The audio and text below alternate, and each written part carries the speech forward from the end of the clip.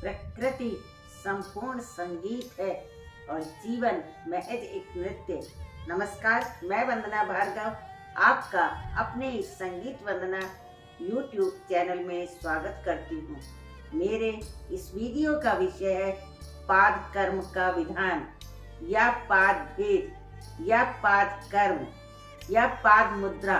दोस्तों, वीडियो शुरू करने से पहले आपसे अनुरोध है, यदि आपने मेरा चैनल अभी तक सब्सक्राइब नहीं किया है तो जल्दी से सब्सक्राइब करें और इसे दूसरों को भी शेयर करें जो कथक सीख रहे हैं या कथक विषय की परीक्षा दे रहे हैं या कथक के बारे में जानना चाहते हैं, ताकि यह उन तक पहुंच सके।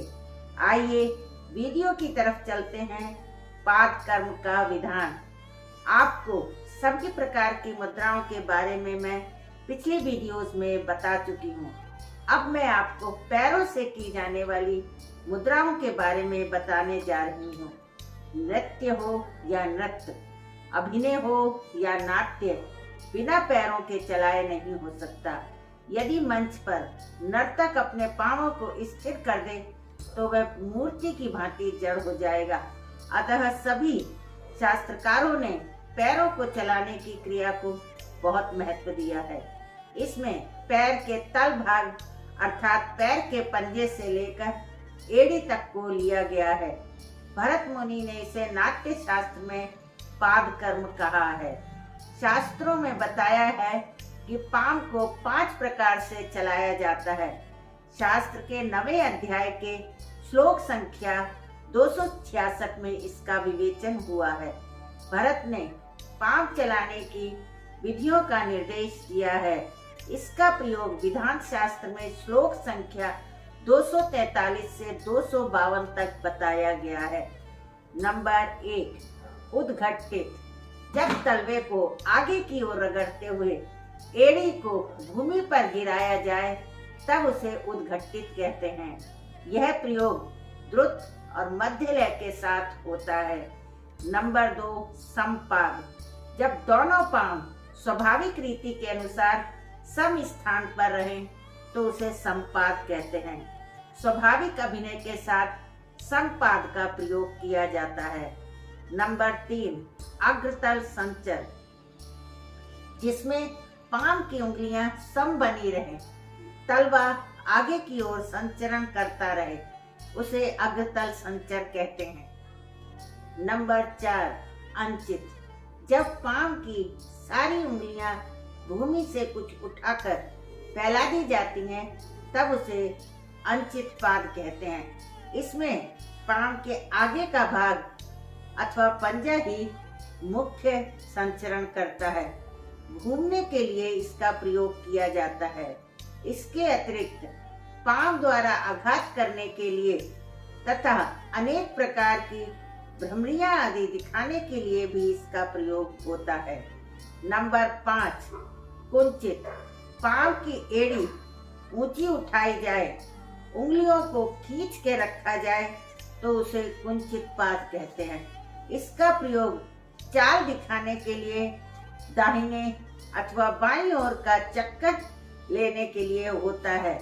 इन सभी 5 प्रकार के पांवों का प्रयोग कथक नृत्य में होता है। पांवों के संचालन की 5 प्रमुख विधियों का आचार्य नंदिकेश्वर ने विस्तार से वर्णन किया है और अपने ग्रंथ अभिनय दर्पण में इन्हें मंडलों के साथ जोड़ दिया। अभिनय दर्पण में आचार्य नंदिकेश्वर ने 10 पदनाम से 10 भेद किए। इनमें मंडलों को संयुक्त करने के कारण ये पांव की शुद्ध क्रियाएं न होकर मंडल युक्त पांव की विशेष प्रकार की मुद्राएं बन गई। यह सत्य है कि नृत्य में पांव को चलाने का सबसे अधिक महत्व है, क्योंकि नर्तक या नर्तकी के सारे शरीर का भार पांवों पर ही होता है। अतः सभी शास्त्रकारों का ध्यान इस ओर गया है। आचार्य शारंगदेव ने संगीत रत्नाकर लिखते समय पांवों को चलाने की क्रिया के महत्व को भली भांति समझा और उन्होंने भरत को आधार बनाया। आचार्य शारंगदेव द्वारा वर्णित पाद कर्म को चरण भेद कहा।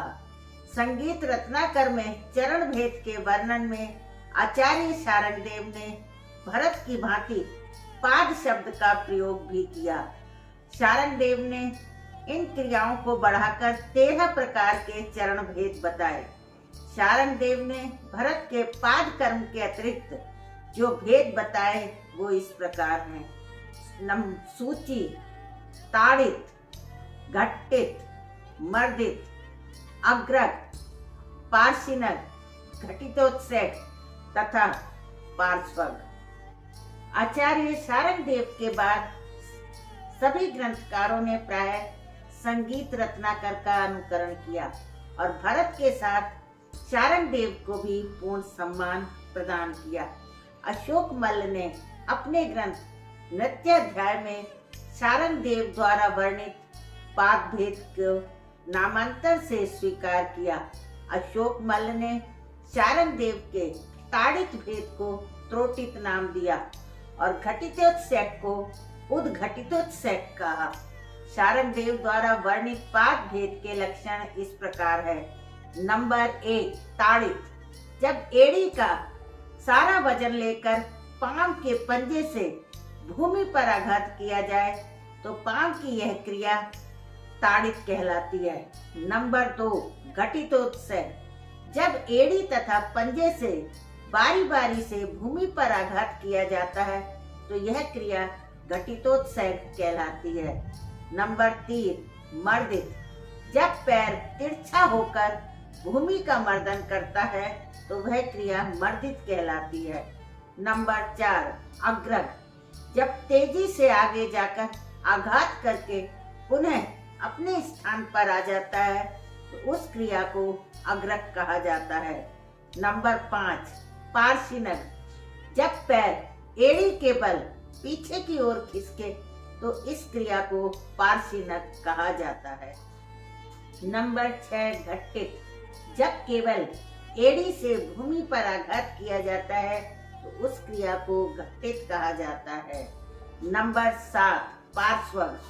जब भूमि से पांव से किसी एक भाग से भूमि पर आघात किया जाए इसी क्रिया को पार्श्वग कहा जाता है। आचार्य शारंगदेव तथा उनके परवर्ती सभी आचार्यों ने भरत के अलावा इन पाद कर्म का वर्णन किया है।